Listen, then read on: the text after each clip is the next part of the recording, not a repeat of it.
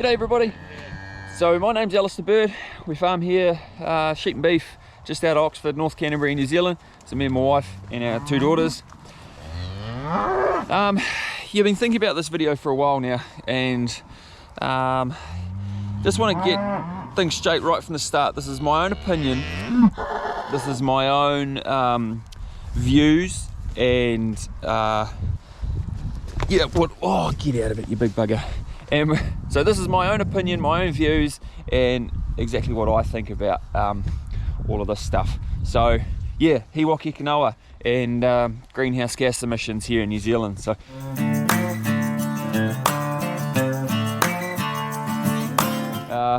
what a circus. We'll take you right back. So New Zealand government, I think it was actually the Blue Guys National who signed us up to the emissions trading scheme and our global obligations in Paris. So the idea with that, when they signed us up in Paris, was to reduce our greenhouse gas emissions by 50% from the 2005 levels. So that had a target reduction date by 2030. So we're well into that, and that's why the heat's come on now with the scheme, Hiwaki Kanoa, or the greenhouse gas taxation scheme, or whatever you want to call it, having a start date of the 1st of January 2025. So the why agriculture? In New Zealand, the agricultural industry emits 48.1% of all greenhouse gases. So that was a table done by NIWA. And of that 48.1%, there's 22.5% from dairy cattle, 12.7% from sheep, 8.1% from beef cattle, and 4.7% from other. So whether you like it or not, agriculture in New Zealand is a big emitter of greenhouse gases. And the other big one is energy. Our energy sector emits 40.7%. So as one industry, far easier to target agriculture than energy or transport or any of the other kind of smaller players. So that's where we sit. You girls are ruining the planet. How do you feel about that? Can I have a comment? No comment on it? No. They don't seem too worried about it really. So there's a couple of things I'd like to cover off before we get into the impact of this greenhouse gas emissions tax on our business. Number one being, I believe, yep, we are the most efficient producers of protein in the world in a carbon sense. When you take into account the carbon cost of getting our product to the markets, our key markets, we're still right up there as being the most efficient. Do we need a tax to persuade farmers to convert and to reduce their greenhouse gas emissions? Fundamentally no, but there are technologies out there which will render us as not being the most efficient. There are technologies out there which will mean that in the future we won't be the most efficient producers of protein. There are technologies which can be used in feedlot farming and potentially on a lesser extent dairy farms that will cut greenhouse gas emissions produced from animals, livestock, cows, by 40-something%, I think. So it's a massive cut. So yeah, that will negatively go against us, and it will potentially be used as a marketing ploy by our competitors to then discredit our products in the global environment. So just up here shifting cows and calves, just wait for them to go through the gate. But I want to talk about the model. So there's a lot of emotion running around the ag industry in New Zealand at the moment with the model that the government and its effects that came out a couple of weeks ago. So just in general, the model showed that 25 to 30% of sheep and beef farms would go out of business. 5 to 7% of dairy farms would go out of business. It's a huge impact on rural communities. You know, the destruction of rural New Zealand, essentially. So the model.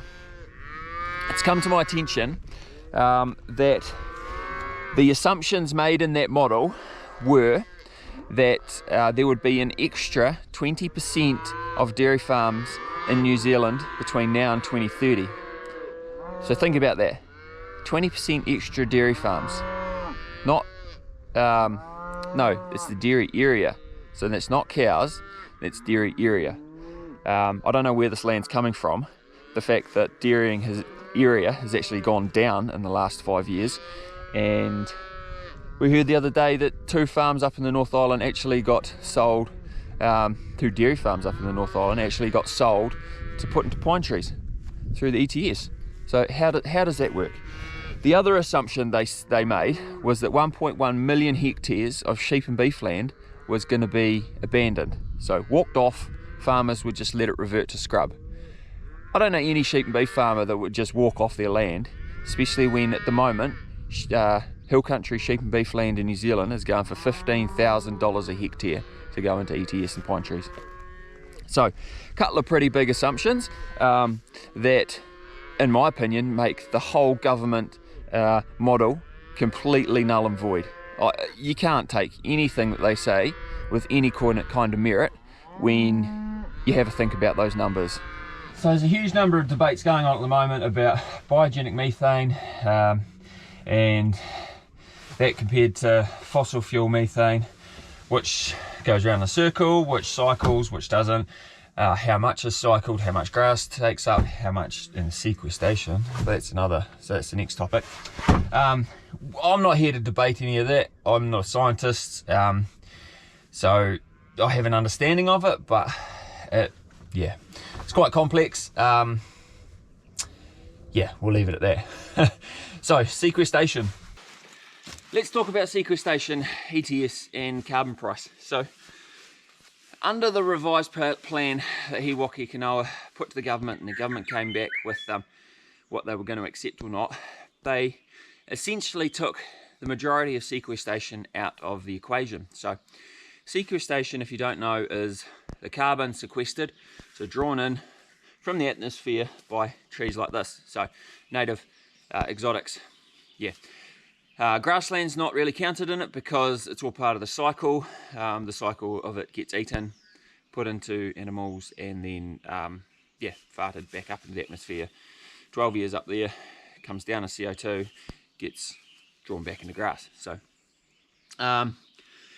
you talk about increasing carbon content in soils. From the research I've done and people I've talked to in New Zealand, it's not really a thing because carbon in soils in New Zealand is already quite high on a global scale. So it's not like the Midwest or the cropping areas of Australia or America where the carbon content has been depleted with years and years of cultivation. So we'll leave that there. So sequestration for us, sitting in a block of native bush, we are currently doing some feasibility studies with 2 different companies on whether the amount of native we have regenerating here is actually worth anything in the ETS. So carbon price now at $80, it's looking quite promising from a financial point of view. So I urge any of you farmers out there who have any amount of native bush, it's just sort of be over 1 hectare, look at getting a feasibility study done. They'll tell you whether it is worth going forward with an ETS claim or not. So if you want to know some companies, I've got a couple of companies, I can link them in the comments. Just let us know. So for us, we've got about 190 hectares in one block. The potential financial benefits of that are quite large, so it's not to be sneezed at. Especially, carbon price at $80, and then the New Zealand Climate Change Commission has recommended to the government that it actually go to $175 next year, which is massive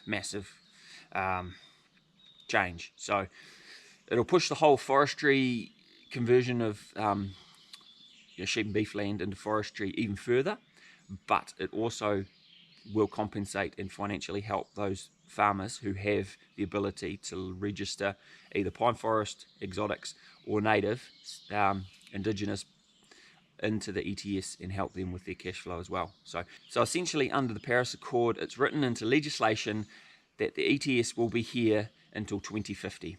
So we've got another 28 years of guaranteed income. That depends on the carbon price, of course. Just watching the native birds fly by. That depends on the carbon price about how much you're actually going to get back from it. The beauty with native is, you know, the guys who have native now aren't going to cut it down. It's already been cut down, everything that needs to be. So you've only got to pay money back into the ETS when you cut pine forest down or cut a forest down and don't replant. So there's not really any risk of having to pay money back into the ETS or reimburse from any of the sequestration from native like this. So, but this stuff here doesn't count. Just we'll clear that up. So this stuff here was fenced off from the previous owners, and it is older from what I understand. Feasibility study will tell me whether I'm true or not, but from what I understand it's older than 1990, so therefore it doesn't count. So 1990 is the line in the sand. So going forward, anything younger than 1990, so anything that grew from 1990 to now, can be claimed under ETS, and then you can work backwards to work out the average age of that block and the amount of carbon it sequesters on the lookup tables, and it's a whole nother discussion. We can do a whole nother video on this. So why the government decided to exclude sequestration, or the majority of sequestration, from He Waka Kanoa, or from the greenhouse gas calculations. My understanding is that the government have a target to reach on the amount of carbon credits produced by this country. Currently they're failing, so they want as many hectares of forest or bush put into the ETS as possible to help them meet their targets. That's how I see it. So they're persuading farmers to put it into the ETS so they can help meet their targets. Also, all the trees that are older than 1990, they take the carbon credits on them and they use them to meet their targets as well. That's not on. I don't care how old a tree is, a native keeps growing for 50 years, why aren't we getting credited with that? So that's a big sticking point for me. So there was some talk about, with the greenhouse gas calculations, you'll pay your tax or pay the levy or whatever you want to call it, and then you register your sequestration that's not in the ETS to get some money back. So it's like a tax return, essentially. You pay your tax, you get your tax return back, depending on how much income and expenditure you've got. So something along those lines. But okay, the biggest point I think for all of this whole conversation is we're 2022 now, doesn't start till 2025. There's a lot of water to go under the bridge between now and then. We've got elections next year. Change of government could change a lot. The big point, I suppose, in all of this is the government came out and said that they wouldn't agree to the He Waka Kanoa recommendation that the pricing be set by a body of industry representatives. It was going to be set by the minister. So whether that's the climate change minister or the ag minister or the whoever, it's going to be set by a politician. So chances are this is going to be politicised into whichever party is running, is in power at the time. So just quickly going back to the sequestration and what is eligible for the ETS, the rules are quite broad. So take in here, for example, tree's got to be at a mature height of over 5 metres, 30% ground cover, things like that. The potential for sheep and beef hill country farmers is huge. So there are no rules and regulations currently that you have to fence off areas that have been lodged into the ETS. So you can graze underneath them. So our back block out here, we graze cattle in there over the summer. As long as we're not affecting our carbon stocks, so essentially destroying the native trees, we can continue to graze there. We can plant poplar poles on the hills, and as long as they're within the desired spacings and stocking rate per hectare, then the revenue can be up to $3,000 per hectare. You can still graze underneath them. $3,000 per hectare. There's no way you can get anywhere near that from sheep and beef on hill country. So we're going to look into that, about planting some of that next year, next winter, and we're talking, I mean, we can easily find 10 hectares. 10 hectares, $3,000, 30 grand. Yeah, it's a no-brainer, really, and you can still graze underneath it. Don't really have to change your farming practices. So I urge as many sheep and beef farmers in New Zealand that are watching this to look up those rules, talk to a forestry consultant, and make the most of this opportunity, because potentially it's not going to be here forever. I mean, we're talking about free money. I mean, money out of thin air. And whether you agree with it or not, it's kind of beside the point. The money's there, up for grabs, take it while you can. So back at home now, done some calculations, so we'll show you what our greenhouse gas emissions are. So carbon dioxide is 23,907 kilos. A lot of that comes from lime. So if you didn't know, when lime breaks down, it releases carbon dioxide. Methane is 32,394 kilos, so that's from beef and sheep. Nitrous oxide is 610 kilos. So the prices, hopefully I've got these right. Someone will correct me if I don't. So carbon dioxide price, recommended price is $10.86 per tonne. Methane price is 30.4 cents per kilo. And nitrous oxide price $10.86 per tonne. So these are all based off that model that the government have done that I don't agree with. It's all crap. So don't read into this too much, right? So total cost, if you add all them together, is $10,113. But in the agreement, they agreed on when the scheme starts, there will be a 95% free allocation, which means you don't pay for 95% of those emissions. You only pay 5%. So that 5% of those emissions is worth $505.60 for us a year. Going forward, there will be a 1% drop in free allocation between each year, between 2025 and 2030. So essentially we'll end up with a 90% free allocation by 2030. So yeah, for us that's nothing. $500 a year. Yeah, it's crap, don't agree with it, but it is what it is. The other thing I wanted to touch on is how big you actually have to be to qualify for this emissions plan. So reading up on the internet, on the emissions consultation document, you have to have greater than 550 stock units, or more than 50 dairy cows, or apply over 40 tonnes of nitrogen through a synthetic nitrogen fertiliser. So that will cut out quite a lot of people, I would imagine. People that don't have 550 stock units. You're talking probably 40 to 50 hectare blocks, as long as they're standalone blocks, not incorporated with anything else, don't have to submit to any of this stuff. So there's a lot of tweaks, there's a lot of nitty-gritty fine detail, so like I said up on the hill, it doesn't come until 2025.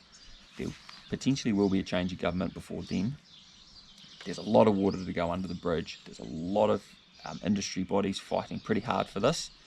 So a few farmers have really had a big pushback on this. The levy bodies in New Zealand, I don't think they're worth the salt. They're not advocating for farmers as well as they should be. There are some organisations that are potentially going off half-cocked. Yeah, let's just leave it there before I get myself in trouble. So, yeah, that's the nuts and bolts of it, really.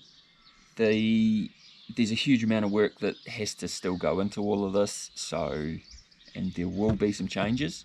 there will be a lot of different things. But I think the most guaranteed part is we have an emissions trading scheme. We are signed into this. Ag is the biggest emitter.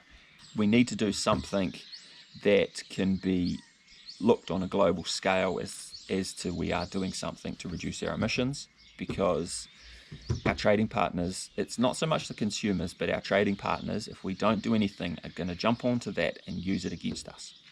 So that, my opinion, that's it. Yeah, anything I've missed, chuck it in the comments. Feel free to share this if you think it's valuable and you think other people want to read it. Yeah, and if you want any more information, also chuck it in the comments. I'll see if I can gather some more stuff together and link it. Yeah, thanks for watching. Once you know a few more details, it's not actually that daunting. Just try and make the most out of the ETS and yeah, make it work for you. Thanks very much. See you later.